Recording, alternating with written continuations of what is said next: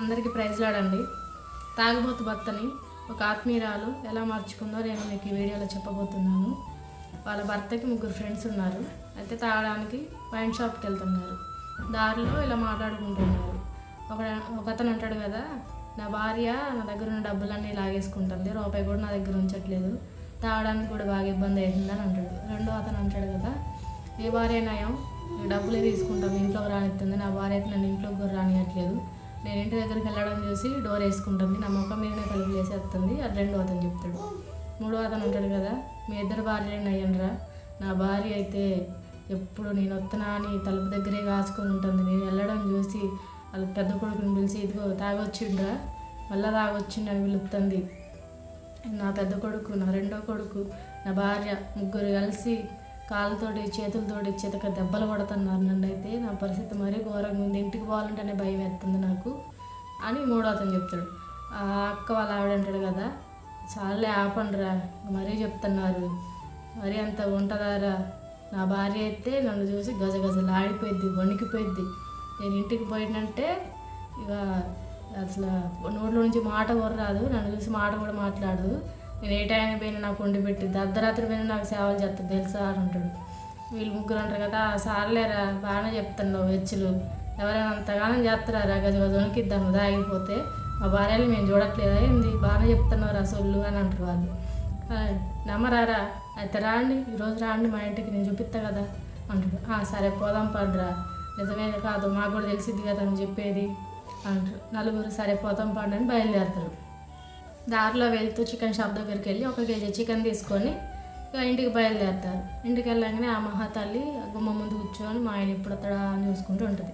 వాళ్ళ ఆయన రాగానే సంతోషంగా వాళ్ళ ఆయనకి ఎదురెళ్ళి, వచ్చారా అండి, మీరు వస్తారో రారో అని చాలా భయపడ్డాను, మీరు రావడం నాకు చాలా సంతోషంగా ఉందండి, లోపలికి రాండి అని ఆ పక్కన ఉన్న వాళ్ళ ఫ్రెండ్స్ని కూడా చూసి, రాండి అన్నయ్య లోపలికి అని లోపలికి పిలిచిద్ది. ఏమే ఇదిగో చికెన్ తీసుకొచ్చా, వంట చేసి మాకు పెట్టు అని అంటాడు. సరేనండి అలాగేనండి అని ఆ చికెన్ తీసుకెళ్ళి పాపం అర్ధరాత్రి 2 గంటలకు వెళ్తారు. ఆ అర్ధరాత్రి 2 గంటల టైంలో కూడా ఆ చికెన్ తీసుకెళ్ళి కూర చేసి అన్నం వండి వాళ్ళ నలుగురికి వడ్డించి వాళ్ళ ముగ్గురికి బెడ్ రెడీ చేసి, అన్నయ్య పడుకుంటు అన్నయ్య అని చెప్తే వాళ్ళు పడుకుంటారు.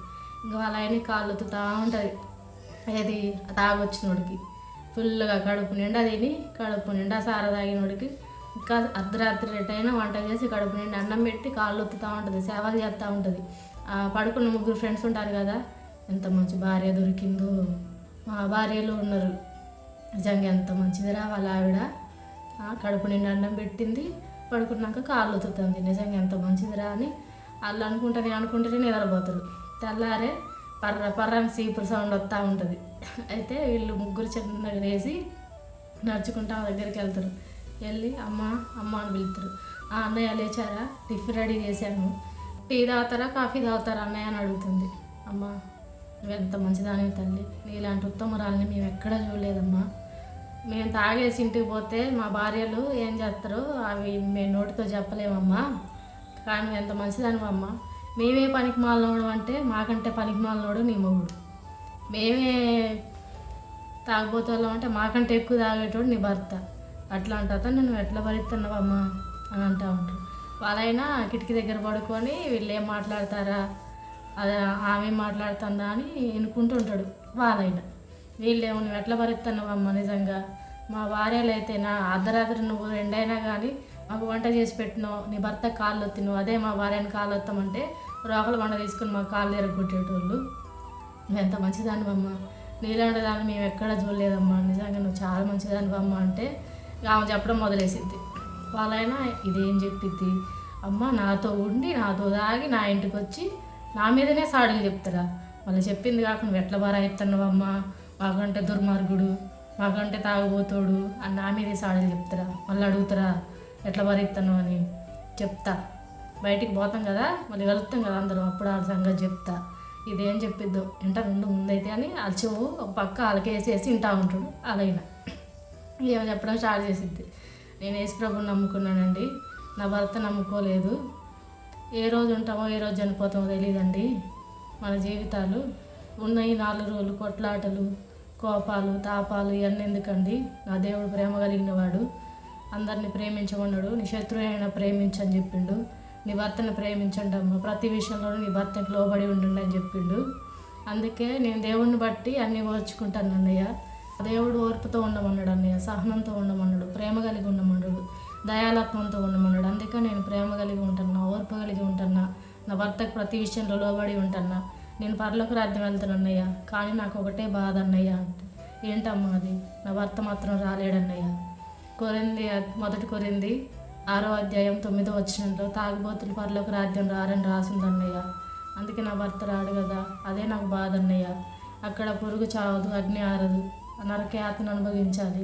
ఇక్కడ పడేది కొంచెమే అన్నయ్య, కానీ అక్కడ యుగాలు కాలుతూ ఉండాలి. అదే నా బాధ అన్నయ్య.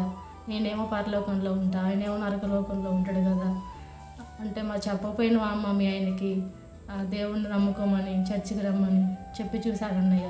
2-3 సార్లు చెప్పిన ఆయన లేదు, కసిరించుకున్నాడు. ఆయనకి మళ్ళీ మళ్ళీ చెప్పి ఆయనను బాధ పెట్టడం నాకు ఇష్టం లేదన్నయ్య, అందుకే చెప్పడం మానేశాను అని ఉంటుంది. అప్పుడు వాళ్ళు అడుగుతారు, నువ్వు చెప్పిందంత నిజమేనా అమ్మా అంటే, నిజమన్నయ్య, నమ్మాలన్నయ్య.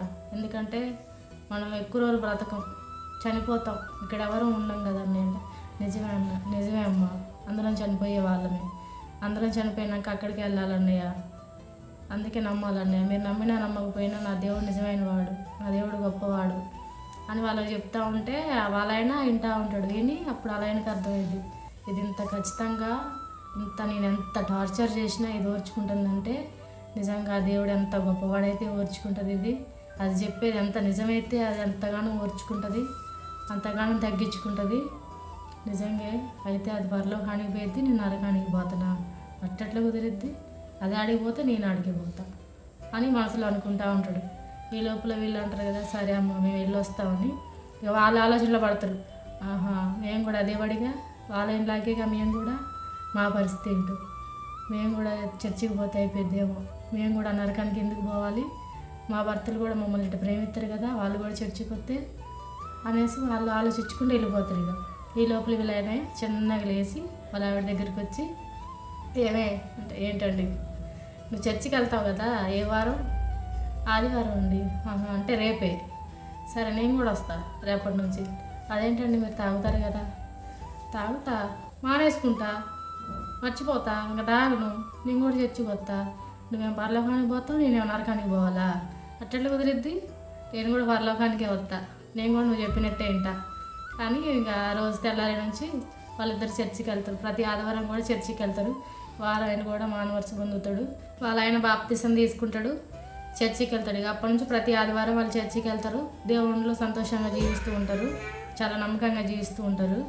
చూశారు కదండి, మీ భర్తలు ఇలాగే మారక మీరు ఎంతో బాధపడుతున్నారా? దేవుడికి ప్రార్థన చేయండి. మీ ప్రార్థన ఎప్పటికీ వృధా కాదు, దేవుడు చూస్తూ ఉంటాడు. ఏదో ఒక రోజు దేవుడు ఖచ్చితంగా మీ భర్తల్ని మారుస్తాడు. దేవుడిపై విశ్వాసం ఉంచండి. ఈ వీడియో చివరి వరకు చూసినందుకు మీకు కృతజ్ఞతలండి. ఈ వీడియో నచ్చినట్లయితే ఒక కామెంట్ చేయండి, లైక్ చేయండి. ఇంకా నేను ఇట్లాంటి వీడియోలు చేయడానికి నాకు కూడా ఆసక్తికరంగా ఉంటుంది.